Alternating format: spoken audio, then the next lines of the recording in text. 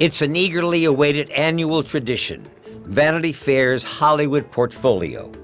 To be included means you're a player in a town that keeps score. This year, Vanity Fair turned to renowned photographer Bruce Weber for his unique vision of today's Hollywood. I wanted to do something different this year, and Bruce Weber, I thought Bruce would bring a special look and feel to the issue. Bruce Weber is considered one of the probably top 5 fashion photographers in the world. He does ad campaigns for Ralph Lauren, for Calvin Klein, for Abercrombie & Fitch. It was really a lot to live up to.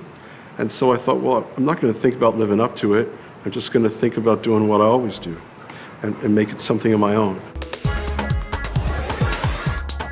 This kind of shoot is certainly not typical for Vanity Fair. We've done other very large productions, but never with so much stuff. So we did the entire thing over a 10-day period in Los Angeles. We had about 100 racks of clothes because we have so many people that we're shooting. We did shoot 120 actors and actresses. Requesting someone to be in the pages of the Hollywood issue of Vanity Fair is a huge deal for a lot of people.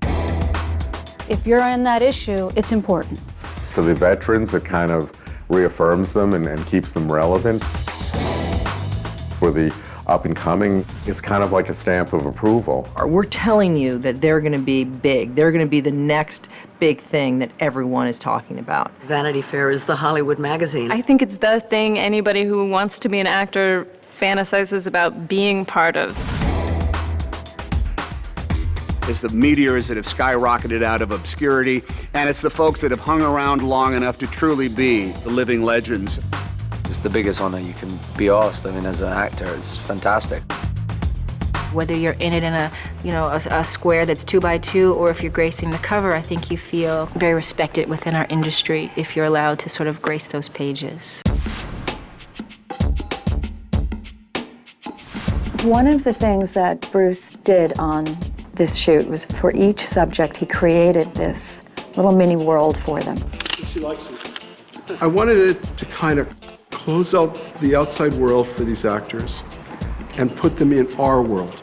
Bruce brings a particular kind of old-fashioned glamour in the sense that he really believes in beauty. It was just a cool vibe. He just put on some really great, sensual, sexy music that just, I got my juices flowing. They put me in a fabulous, I gotta say, it's a fabulous double-breasted heavy wool suit that made me automatically wish it was, say, fall 1952. He had me in amongst some old movie cameras with film, and he had me on my back. He likes to get me on my back, Bruce. Beautiful. Some of the conversations that we had with these different actors and actresses really helped with our pictures. He was actually talking to me about Mexican cinema and how beautiful it used to be. Bruce's imagination is incredible. He's such a great photographer. I love him. He's just so encouraging and such an easy, sweet, funny person.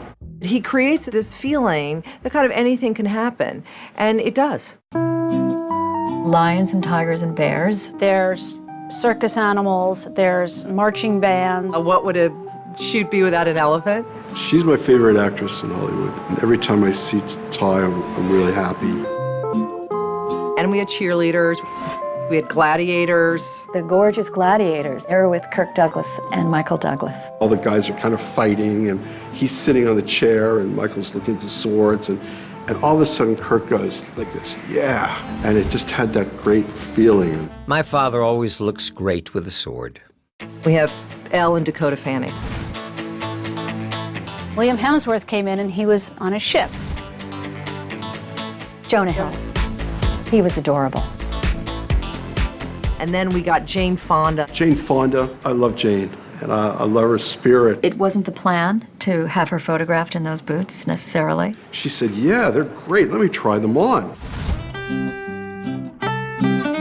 We photographed Quincy Jones and his children.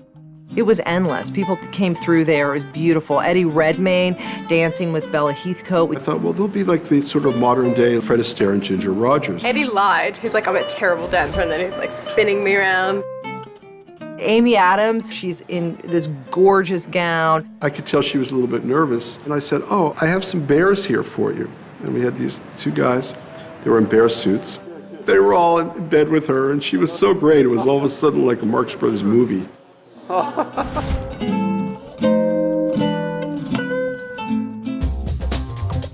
One of the last days, we did this shoot. It was a pool party of such. And there's models in the pool, and there's beautiful actors and actresses, and there's a mariachi band. It was completely unorthodox. We'd never done anything like this. I just thought, well, I'm going to interpret this as if it was a party that I would have loved to have been invited to. It was very exciting to watch all the designer clothes falling into the swimming pool.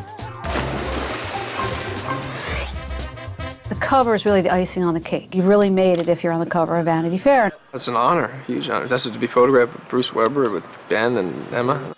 The way Bruce really wanted to approach the cover was in a radically different way. I said, I think that the guys should wear these gorilla and bear suits. They looked at me like I was like, what? The whole experience was completely surreal. They were literally in gorilla and bear costumes. Actually, it was great.